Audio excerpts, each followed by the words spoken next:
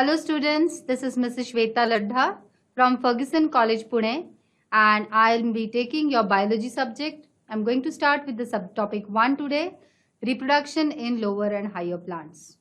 Now in this chapter, we are going to study about what is asexual reproduction, sexual reproduction, vegetative reproduction. Yeah, this part is a brief introduction about this part, and then we will study about different concepts that are included for this topic to understand how the sexual reproduction takes place in angiospermic, that is flowering plants. So we will study in detail about structure of anther, structure of ovary, how pollen germination occurs, how pollen grain development occurs, how fertilization occurs, what is pollination, what are the different types of pollination, and many other concepts. And then of course we'll also see how after fertilization, development of embryo, development of endosperm occurs, the different types of endosperm formation, seed formation, different types of seed formation, and certain more concepts. So it is a big chapter. Let us start with a wonderful topic, important topic for your board exam and even for your NEET, because many questions are based on this topic. Let us begin with our PowerPoint presentation. Yes, students. So we are going to start with reproduction in lower and higher plants. Let us understand the term reproduction. So reproduction, it is a process where organisms produces a young one like its own. Therefore, it is also called as reprocreation. Again, production of an organism similar to the parent. It is an important process for continuity of life. There are two types of reproduction, asexual reproduction and sexual reproduction. Let us see what is the difference and also understand what is the meaning of these terms, asexual and sexual reproduction. Asexual reproduction is always uniparental. A single parent is involved in asexual reproduction. When I'm teaching, I want you to write down these points in your notebook. Sit with a notebook. Take down the points. It will be very, very useful to you at the end of the chapter. Sexual reproduction, most of the times, generally they are biparental. There might be some exceptions, but they are generally biparental. In hermaphrodite animals, they are exception. Gametes are not formed in asexual reproduction. Gametes are formed during sexual reproduction. Asexual reproduction includes only mitosis.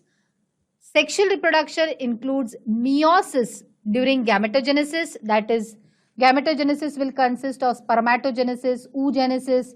Both spermatogenesis and oogenesis takes place by meiotic division, whereas after fertilization, mitosis occurs. Genetically similar individuals, the product produced, we can call them as clones. Genetically similar to the parent, the individuals are produced, whereas here the organisms produced due to sexual reproduction are genetically different from the parents because they are mixture of two parents. Asexual reproduction, it is a faster process.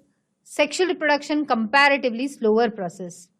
Asexual reproduction, it is found more in lower invertebrates or lower chordates, whereas sexual reproduction is found in higher plants and higher animals. So this is the difference. If asked for 2 marks, you should be able to write it. I hope it is clear. Uniparental, biparental. Asexual gametes not formed, sexual gametes are formed. Only mitosis is present in asexual. Initially, meiosis is occurring during gametogenesis in sexual, and then after fertilization, mitosis occurs. The individuals produced are genetically identical to the parents in asexual reproduction. They are genetically different from the parents in sexual reproduction. Asexual reproduction, it is a faster process. Sexual reproduction is a slower process. And asexual is found usually in lower plants and animals, invertebrates, chordates, whereas sexual is found in higher plants and animals. Let us see types of asexual reproduction. This part is deleted from your portion. It is not expected for you to learn it, but I'll just give you a brief introduction and then we'll proceed. So the different types of asexual reproduction are fragmentation, as it is occurring in Spirogyra, budding, which occurs in yeast, spore formation, which is occurring in Chlamydomonas algae, unicellular algae, fission occurs in bacteria, conidia formation occurs in Aspergillus penicillium fungi belonging to Phycomycetes, Gemule formation occurs in sponges. It is occurring in animals. So these are the different types. We are not going to study in detail. Regarding vegetative reproduction, plants reproduce asexually through their vegetative parts, such as roots, stems, and leaves. So the new plant produces genetically identical to its parents because it is produced from the part of the parental part. It can be carried out by natural methods as well as artificial methods. The natural method includes vegetative propagation by root, as it is taking place in Muraya, Kadi Patta, stem as in rose, leaves as in Bryophyllum, bulbils as in Dioscorea, Cycas. So vegetative production is the one which is occurring from these parts, from the roots, stem, leaves, bulbils of the plant by natural method. Artificially, vegetative propagation can be carried out by cutting, grafting, layering, tissue culture, etc. Again, this part is been deleted, but just I gave you a brief revision, so introduction, so that you should know what is vegetative reproduction or vegetative propagation. Now we will start with sexual reproduction. From here onwards, entire chapter is there for your board 2020. Sexual reproduction involves formation of gametes. They are produced by the same individual or by the different individual. Gamete production may be by same or different individual, most probably by different individuals. Offspring's forms are not identical to their parents because there is fusion of gametes. It involves meiosis during gametogenesis. Before maturity, certain phases of growth is present, and these phases are juvenile phase. This growth phase is called as juvenile phase in animals, and it is called as vegetative phase in plants. After this phase, then the reproductive phase begins. So initially the plant will grow, animal will grow. In plants, we are more interested in plants. So in plants, it is called as the vegetative phase. Once it achieves complete growth, then we call it as reproductive phase. Types of plants depending upon the lifespan. These are few concepts which you should know because you will be using these words again and again. So annuals, biennials and perennials. Let us see what are annuals. These plants, they live only for one season. For example, pea, tomato, wheat, maize. They just grow for 3 to 4 months and then their life is over. Biennials are those plants which grow their leaves, roots, stems in the first year. In the first year, they'll just grow their vegetative parts, the root, the leaves, the stem, and then they become dormant in the winter. They just stop growing in the winter, and in the second year, they start producing seeds. So they are called as biennials. Example, fennel or parsley. Perennials are these plants which live for more than 2 years. Will live for many years. Example, gulmohar, hibiscus, banana, mango, neem, etc. So I hope you understood annual, biennial, perennial. Annual are plant growing only for one season. Biennials, they grow for 2 years. Perennials, they grow for many years. After this, some unusual phenomenon in plants. Bamboo plant, everybody might have seen a bamboo plant. You'll be surprised and shocked to know they flowers only once in their lifetime. Generally, after 50 to 100 years, they produce large number of fruits and they die. So isn't it shocking that bamboo, it is living for so many years, 50 years to 100 years, but it is producing flowers only once in their lifetime. Similarly, there is one more plant which is called as Strobilanthes kunthiana, also called as Neelkuranji. This plant, it flowers once in 12 years. In 2006, entire Kerala and Karnataka hilly regions, they were full blooming with Neelkuranji flowers. So these are the beautiful Neelkuranji flowers, but they are flowering once in 12 years. Strobilanthes kunthiana. Difficult words, if you pronounce them again and again, it will fit into your brain. You can memorize them. Strobilanthes kunthiana, Neelkuranji, flowering once in 12 years. Now let us see what is Parthenogenesis. Partheno means virgin, genesis is descent. It includes reproduction without fertilization. Unfertilized, haploid ovum, it develops into an adult. Example, if in case of animals we see it is occurring in rotifers, honeybees, aphids, etc. But parthenogenesis can also be seen in plants. We will discuss about it later in detail. Sexuality in organisms, these concepts are very important. This is somewhat revision of what you have studied in 11th standard. but it is necessary to take this revision. Sexuality in organisms, flower possessing both the essential organs, androecium and gynoecium. If both the sexual voles, androecium, the male reproductive vole, gynoecium, the female reproductive vole, are present, then it is called as a bisexual flower, a perfect flower, or a hermaphrodite flower. In animals, earthworms, sponges, tapeworms, leeches, these are example of hermaphrodite. But here we are talking about angiosperm plants. Flower having only one reproductive vole, it is called as unisexual or imperfect flower. If only one reproductive vole is present, either androecium or gynoecium, it is unisexual or imperfect flower. In fungi, the bisexual fungus, they are called as homothallic, whereas unisexual fungus, they are called as heterothallic. See, these words are very important. You should know when to use hermaphrodite, perfect, bisexual, unisexual, homothallic. Homothallic, heterothallic are used for fungus. Bisexual fungus, homothallic. Unisexual fungus, heterothallic. Complete flower, bisexual, perfect flower. Incomplete flower, imperfect or unisexual flower. Flowers having only stamens, only male floral whorls, they will be called as staminate flowers. Flowers having only carpels or only pistils, they are called as pistillate flowers. Flowers in which both the essential floral whorls are absent, they do not have androecium, they do not have gynoecium, no stamens, no carpels or pistils, then it is called as a neuter flower. Mango, they show presence of such neuter flower.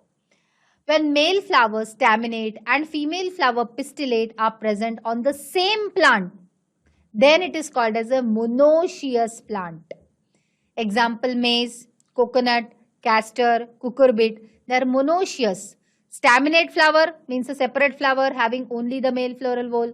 Pistillate flower, and both of them are present on the same plant, it is a monoecious plant. When the male and female flowers are present on different plants, it is termed as a dioecious plant. So again, very, very important concept, monoecious, dioecious. I hope you are writing it down and you are understanding the concepts. Example of dioecious, papaya, mulberry, date palm, the male and female plants are only separate, having separate flowers. Syngamy and types on basis of structure of gametes. There are three types: isogamy, anisogamy, hologamy. What is isogamy? Gametes when morphologically and physiologically similar.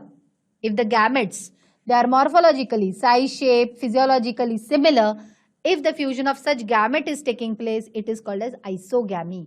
It is occurring in Cladophora, Eulothrix, algae. Anisogamy or heterogamy, when the morphologically and physiologically, suppose this is ovum and this is the sperm, the male gamete, morphologically they are different, physiologically they are different, and if the fertilization is taking place, then it is called as anisogamy or heterogamy. Example, it takes place in human beings.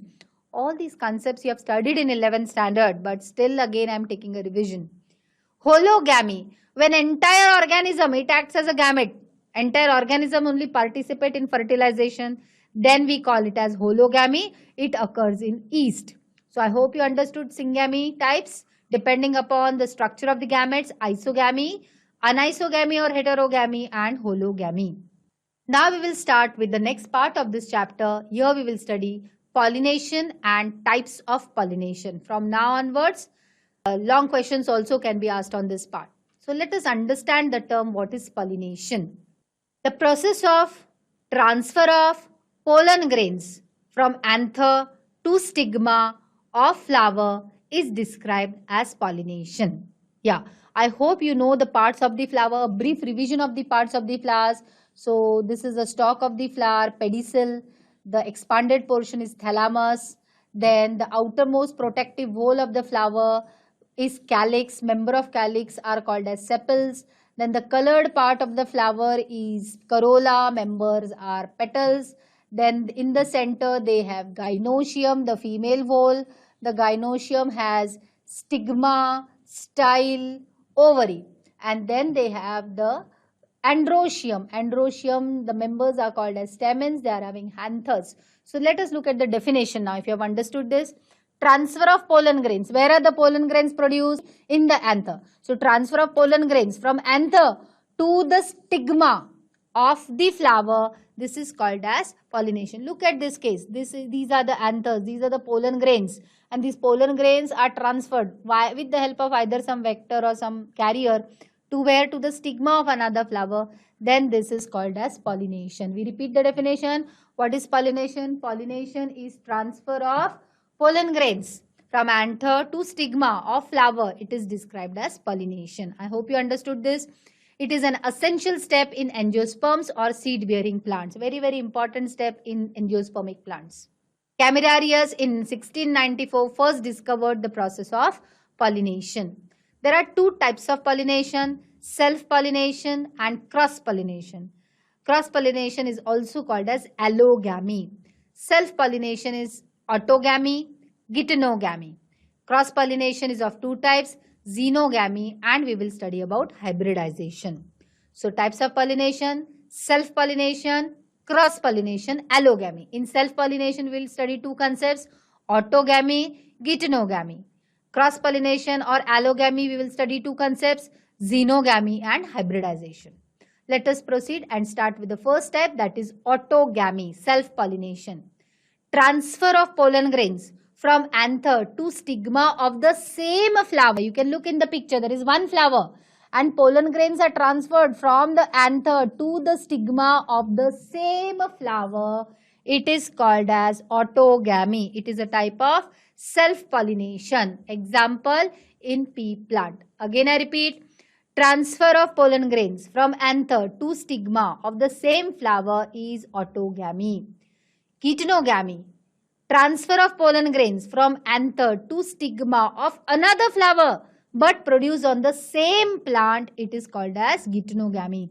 So suppose this is a plant, one plant, here one flower is produced, here another flower is produced. Let us show just a flower. Of course it is a rough diagram. This is another flower, and suppose we will show the anthers. Say suppose the anther are transferred from this flower and to where they are transferred? To the stigma of the another flower, but this another flower is on the same plant, then it is called as geitonogamy. I hope you understood these concepts. Autogamy is transfer of pollen grain from anther to stigma of the same flower, whereas geitonogamy, transfer of pollen grain from anther to stigma of another flower produced on same plant. Example, cucurbita. When pollen grains are transferred from anther of a flower produced on one plant to another, which are genetically similar plant, this is also self-pollination. Suppose in your garden, you had one plant. You like that plant very much. You just cut a twig and you plant it on the other part of the garden. And suppose transfer of anthers are taking place between these two genetically similar plants, then also we call it as self-pollination. So these are autogamy, geitonogamy. Do not forget, very important, and also try to remember the examples. So here in this picture, it's very nice, very clear pictures. I'll try to explain again. Let us erase whatever I have written with pen. Yeah. So here we are going to explain autogamy. In this first picture, you can see autogamy. Anthers are transferred, pollen grains are transferred from the anther to the stigma of the same flower. Geitonogamy, this is one plant, this is flower 1, this is flower 2, and the transfer of pollen grains is taking place from anther of one flower to the stigma of another flower on the same plant. This is geitonogamy. So I hope this concept is clear. Now let us discuss about xenogamy. Xenogamy is also a part of cross-pollination. Xeno means foreigner. Transfer of pollen grains from anther to stigma of another flower on different plant but of same species. This is so important. This is plant A, this is plant B. They are different plants, but they are of the same species. And if the transfer of pollen grain is occurring from A plant to B plant, transfer of pollen grains from anther to stigma of another plant, the flower on another plant, and which is present on another end, but it should be of the same species, then it is xenogamy. It takes place in papaya. And hybridization is transfer of pollen grains from anther to stigma of another flower, different plant, different variety, subspecies or species. That is hybridization. It can be artificially also carried out, as in cotton, jawar, etc. So we studied up till now If you remember pollination ke types, first type we studied autogamy. In autogamy, there is one flower and transfer is taking place within the flower. Then we studied geitonogamy. There is one plant, two flowers, and the transfer is taking place between these two flowers on the same plant. Then we studied xenogamy. In xenogamy, we studied two plants, A and B, and the transfer of pollen grain is taking place between A and B, but they should be of similar species. And in hybridization, it can be of different subspecies, different species, or variety also. These are the types of pollination. Now we will discuss about agencies of pollination. The different agencies, how the pollination occurs. Either it is abiotic sources which causes pollination, or these are the biotic sources which causes pollination. Abiotic pollination takes place sometimes by wind. When the pollination takes place by wind, when the transfer of pollen grains from the anther to the stigma of same another flower basically takes place, especially in cross pollination, then if it is occurring by wind, we call it as anemophily. Do not get confused. Most of the students think that anemo means animal. No. When we are saying anemophily, it is pollination by wind. When the pollination takes place by water, we call it as hydrophily. Biotic pollination agencies, if the pollination is taking place by insect, we call it as entomophily. If the pollination takes place by birds, we call it as ornithophily. If the pollination is taking place by bats, we call it as chiropterophily. You can pronounce it as chiropterophily also. If the pollination is taking place by ants, we call it as myrmecophily. Pollination by ants, myrmecophily. If the pollination, as in chandan plant, it takes place by snakes, then we call it as ophiophily. If the pollination takes place by snails, we call it as malacophily. So many different types of phily we have studied. Multiple choice question, match the pair, one line answer, definition can be asked on this part. So what are the two agencies of pollination? Abiotic agencies and biotic agencies. Abiotic means non-living, biotic means living. In abiotic, what are the two agencies? Wind pollination, water pollination. Wind pollination is called as anemophily. Water pollination is called as hydrophily. In biotic pollination, we studied insect pollination, entomophily, bird pollination, ornithophily, bat pollination, chiropterophily. You can pronounce it as chiropterophily. Ant pollination, myrmecophily. Snake pollination, ophiophily. And snail pollination is malacophily. I hope you followed this. Now we will start with all these pollination one by one in detail. First, we'll discuss about anemophily. Anemon means wind, loving. You can see in the picture, anemophily. Flowers have different types of adaptations to carry out anemophily, pollination by wind. Flowers are very small. If they are small, if they are lightweight, it will be easy for the wind to blow the anthers. Inconspicuous, they don't have to be very attractive because wind does not have to be attracted. So they are inconspicuous, not so beautiful, they don't have beautiful bright colors. They do not have nectar. Wind doesn't need nectar. They do not have fragrance. Very simple flowers. Flowers are unisexual because usually cross-pollination takes place. So flowers are staminate, pistillate, and unisexual flowers, cross-pollination occurs. Male flowers are more because more stamens, more anthers, and more pollen grain should be produced because chances of wastage is more. The male flowers are produced more. And they are situated at higher level because when the wind will blow at the higher level, then only when the female flowers are at the lower level, chances of pollination increases. Stamens, they are with long filaments. So as they are with long filaments, the anther will be able to move or with the air when the wind blows, and which will help in release of the pollen grains. You can see in this picture, beautiful picture of maize which shows adaptations for wind pollination. So pollen grains are produced in large numbers because to compensate with the loss, chances of losses are more. So to compensate with the loss, lot of pollen grains are produced. Anthers are exposed. You can see this is male inflorescence. Male inflorescence here in case of maize, it is called as tassel. I have taken this picture from your textbook only. So you can see it in your textbooks afterwards. This is ear. Ear means the female, we can say. And here you see that the style are silky, they have thread-like structures. So when lot of pollen grains are produced and they are at the higher level, when they are blown by the wind, they are lightweight, they fall down and they get entangled into these fibrous hair-like stigma. And anthers, they are usually exposed. Pollen grains are lightweight, they should be lightweight so that they can be blown in the air.